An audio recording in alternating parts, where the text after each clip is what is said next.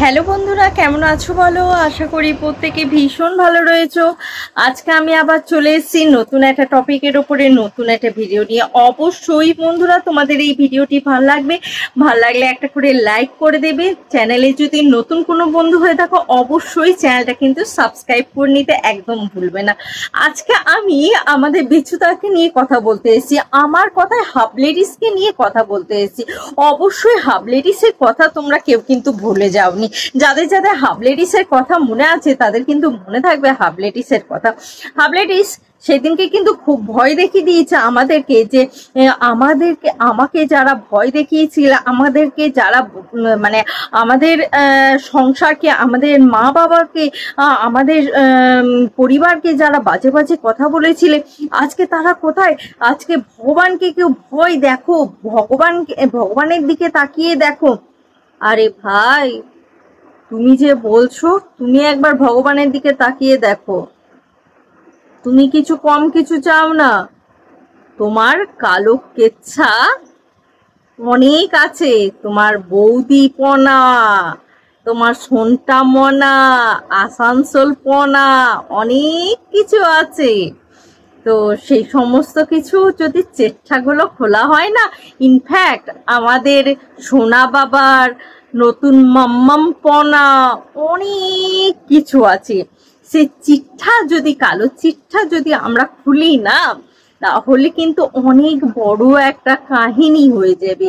সেই কাহিনীটা যদি এখানে বলতে চায় তাহলে তো ভগবান কার বিচার করবে বলো? আমাদের বিচার করবে নাকি ঘুরিয়ে তোমার পিছনেই বাঁশটা দেবে? তাহলে ভগবানকে কি আমাদের মধ্যে ডাকাটা ঠিক হবে, না আমাদের মধ্যেই সলিউশনটা করে নেওয়াটা ঠিক হবে? এবার তুমিই বলো। এবার তুমি যেটা ঠিক মনে করবে সেটা তোমাকেই বুঝে নিতে হবে। তো বন্ধুরা, তোমাদেরকে একটা কথা খুব ভালো করে জানিয়ে দিতে চাই এবং বলতে চাই যে লোকের কথাই মানে শুনবে না, তোমরা বিচার বিবেচনা করবে। ব্লগাররা তো চাইবেই যে তারা সত্যবান, সতী সাবিত্রী সেটা প্রমাণ করার জন্য।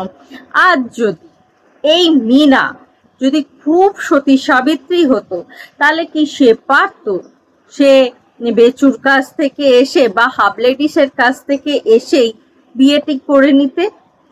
আমার গতকালকের ভিডিওটা তোমরা নিশ্চয় সকলেই দেখেছো। সেখানে তোমরা সকলেই দেখতে পেয়েছো যে কি করেছে। আমাদের কিন্তু সে কিন্তু বিয়ে করে নিয়েছে অলরেডি। এটা কি ঠিক? আমার তো মনে হয় না কোনো অংশ থেকে সে ঠিক করেছে। এটা কিন্তু কখনোই ঠিক না। একটা মেয়ে, সে তার সন্তানকে জন্ম দিয়েছে, সে তার সন্তানকে জন্ম দিয়ে সন্তানকে লালন পালন পোষণ সেটা করবে, তার ভরণ পোষণ করবে, তার নিজের কিছু হওয়ার আগে তার চিন্তা ভাবনা করবে। তার চিন্তা ভাবনা না করে সে কি করছে না, তার নিজের চিন্তা ভাবনা করছে। হ্যাঁ, আর কোন ফ্যামিলি, আমার ভাবতে অবাক লাগছে ফ্যামিলিটা কেমন, যার মেয়ের জীবনে এরকম ঝড় চলছে, তার মা কোমর দুলিয়ে দুলিয়ে নাচছে। হ্যাঁ, মানে ফ্যামিলিটা ভাই কেমন, কিভাবে, মানে তার মা কিভাবে পারে কোমর দুলিয়ে দুলিয়ে নাচতে? সত্যি কাকিমা, আপনার মধ্যে কোনো মনুষ্যত্ব বোধ রয়েছে? মানে আমি আপনাকে কাকিমা বলছি বয়সে বড় বলে, বিশ্বাস করুন কাকিমা বলার আপনি যোগ্য নন। মা মানে মা শব্দটা আসছে তো, সেই জায়গাটার আপনি যোগ্য না। আপনি যদি যোগ্য হতেন না, তাহলে আপনি নিজের মেয়ের মাটা ভালো আগে হতেন, পরে অন্যের কাকিমা ভালো হতেন। সত্যি বিশ্বাস করুন, আপনি কি ধরনের মানুষ? এটা কি মানবিকতার মতন কাজ হচ্ছে? ছি, লজ্জা করে না? একটা মেয়েকে জন্ম দেওয়ার পর তাকে পাপ মনে করা, তাকে কোনো রকমভাবে বিদায় করতে পারলে বেঁচে যাওয়া, সেই মেয়েটা আজকে নিজের মানে যেভাবে পাচ্ছে টাকা রোজগার করছে, যেভাবে পাচ্ছে সেই টাকাগুলোকে উড়িয়ে দিচ্ছে, যেভাবে পাচ্ছে নিজের জীবনটাকে চালিয়ে যাচ্ছে। আপনারা কোনো কিছু করছেন না, কোনো রাইট নেই আপনাদের। এগুলো কি আস্কারা দিয়ে যাচ্ছেন মা বাবা হয়ে? হ্যাঁ, আপনাদের একটা মান সম্মান নেই? নিজেদের ঘরের সন্তান এরকম হয়ে যাচ্ছে, বেলাল্লা হয়ে যাচ্ছে। একটা সমাজ শিক্ষিতভাবে একটা মেয়ের জীবনটাকে সঠিক অ্যাওয়েতে নিয়ে যাওয়া, এগুলো করতে পারছেন না। হ্যাঁ, ও যদি সিঙ্গেল থাকে খুব ভালো কথা, কিন্তু সিঙ্গেল না থেকে ও তো জড়িয়ে যাচ্ছে কারোর সাথে। যেহেতু ও জড়িয়ে পড়ছে, সেজন্যই তো কথাটা বলা। ও যদি জড়িয়ে না পড়তো তাহলে তো এতগুলো কথা আসতো না। ও জড়িয়ে পড়ছে বলেই তো এতগুলো কথাগুলো আসছে। ভাবতে অবাক লাগছে, আপনি মা হয়ে কি করে পারছেন এই কাজগুলো করতে। আজ তো মনে হচ্ছে ফোগলা মানে সত্যি ফোগলা অনেক অনেক স্যাক্রিফাইস করেছে আপনার মেয়েকে রাখার জন্য। আজ আপনার মেয়ে কি না মানে কি না করছে। হ্যাঁ, এরকম করে কেউ বেলেল্লা করে? হ্যাঁ, তবে একটা কথা, তাদের কথোপকথনে যেটা আমার মনে হলো যে বারবার করে ফোগলা জিজ্ঞাসা করছিল যে এই তুই কারোর সাথে সম্পর্কে আছিস। সেই জন্য হয়তো সে তার কথা থেকে বাঁচার জন্য মনে হলো যেটা ঠিক সেটা হয়তো মিন্না বলল যে হ্যাঁ আমি সম্পর্কে আছি, এটা আমার মনে হলো।